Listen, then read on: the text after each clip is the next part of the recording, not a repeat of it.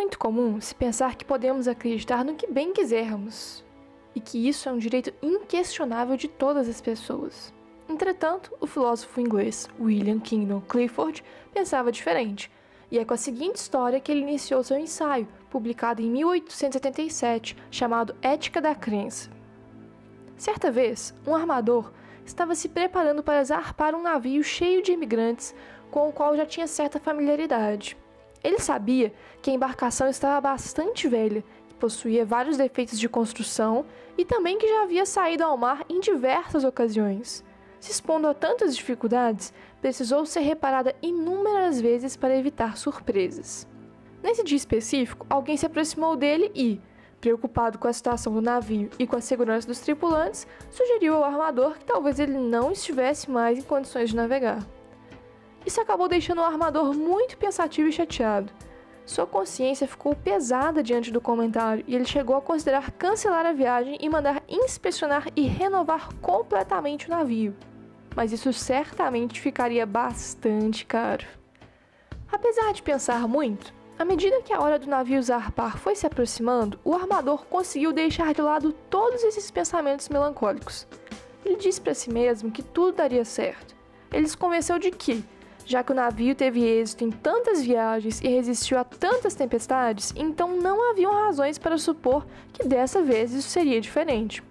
Ele decidiu confiar na providência, que não deixaria de proteger todas aquelas famílias que estavam abandonando a sua pátria em busca de melhores oportunidades de vida.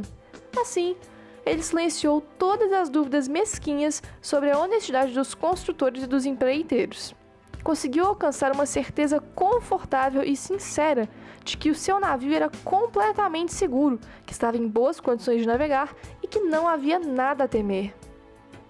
Quando o navio partiu, e mesmo depois de alcançar o oceano, o armador então já não sentia mais nenhum incômodo e sua consciência estava em paz, pois passou a acreditar no melhor. Seu único desejo era de que a tripulação fosse bem-vinda na sua terra de destino.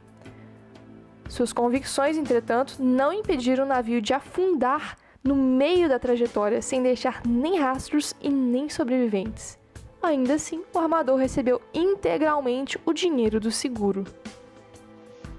Para Clifford, o armador era eticamente culpado pela morte de todas aquelas pessoas, pois não tinha o direito de acreditar que o navio estava em boas condições, dado que não possuía evidências suficientes para isso. Ele não buscou investigar se a situação do navio estava de fato favorável, mas decidiu, em vez disso, silenciar todas as suas dúvidas. Mas, e se as coisas fossem diferentes? E se o navio tivesse completado a viagem com sucesso? Isso diminuiria a culpa do armador por acreditar sem evidências suficientes? Clifford diria que não. O homem não seria inocente, apenas não teria sido descoberto. Não é o conteúdo da crença que conta, mas sim a maneira pela qual ela foi adotada. No final, a crença pode ser verdadeira ou falsa, mas o mais importante era que naquela situação, o armador não tinha o direito de acreditar no que acreditou com base nas evidências que tinha. E para justificar isso, Clifford apresenta 3 razões.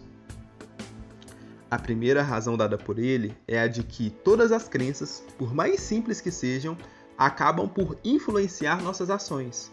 Dessa maneira, ao formar uma crença irresponsável, você estará partindo de bases potencialmente falsas sobre a realidade e afetando assim negativamente a sua vida e a vida de outros por ser induzido ao erro. Elas também não são isoladas. Nossas crenças fariam parte de um agregado de crenças influenciando umas às outras. Nenhuma delas seria insignificante. Elas serviriam de base para julgar as novas informações que surgem, permitindo a aceitação de algumas crenças e a recusa de outras. Isso significa também que aquilo que acreditamos é de forma alguma algo privado. Não é só o líder dos homens, o estadista, o filósofo ou o poeta que tem esse dever moral perante a humanidade. Cada campônio que debita na taberna de sua aldeia, as frases lentas e esporádicas pode ajudar a matar ou manter vivas as superstições fatais que toldam o seu gênero. Cada diligente esposa de artesão pode transmitir aos seus filhos crenças que manterão a sociedade coesa ou a farão em pedaços. Nenhuma ingenuidade, nenhuma obscuridade de estatuto podem escapar ao dever universal de questionar tudo aquilo em que acreditamos. A segunda razão dada por Clifford é a de que, à medida que se começa a crer sem evidências, isso vai se tornando um hábito. Quando você se permite acreditar sem evidências suficientes e cultua confortavelmente um temperamento crédulo, você enfraquece o seu autocontrole, as possíveis dúvidas e as capacidades de fazer avaliações imparciais e honestas das provas. A terceira razão é a de que, além desses maus hábitos levarem à adoção de um caráter crédulo e à defesa de crenças falsas pelos sujeitos que inicialmente as adotaram, também acaba por encorajar os outros ao seu redor a fazerem o mesmo e serem descuidados com a verdade sobre o que a eles é dito. Crenças formadas sem evidências suficientes agem como uma epidemia, que primeiro começam contaminando uma pessoa e então se propagam pela população, quando os outros começam a acreditar no mesmo que ele. Há uma tendência de se fazer o mesmo que os outros estão fazendo, e a manutenção desse tipo de responsabilidade, como socialmente aceita, reforça esses comportamentos. Se um homem, ao manter uma crença que lhe foi ensinada em criança ou da qual o persuadiram mais tarde, reprime e afasta quaisquer dúvidas que lhe surgem à mente a esse respeito, evita intencionalmente a leitura de livros e a companhia de homens que questionam ou discutem essa crença, e considera ímpias as perguntas que não se pode colocar facilmente sem a perturbar, a vida desse homem é um enorme pecado contra a humanidade. Mas, e se alguém tem pressa? Clifford diria o seguinte: Mas dir-se-á, sou um homem ocupado, não tenho tempo para os demorados estudos que seriam necessários para dar-me alguma competência para avaliar certas questões, ou mesmo para me tornar capaz de compreender a natureza dos argumentos. Nesse caso, não deveria ter tempo para acreditar. É muito mais confortável acreditar que sempre saberemos o que fazer e que sempre teremos uma boa opinião sobre todos os assuntos. Mas, na realidade, somos na verdade ignorantes em diversos aspectos, e admitir isso é o mais honroso a se fazer. Ao buscar acreditar apenas nos casos em que houverem evidências suficientes, estamos colaborando por criar uma sociedade mais coesa e fortalecida. Resumindo, é sempre incorreto, em todo lado, para qualquer pessoa acreditar seja no que for com base em evidências insuficientes.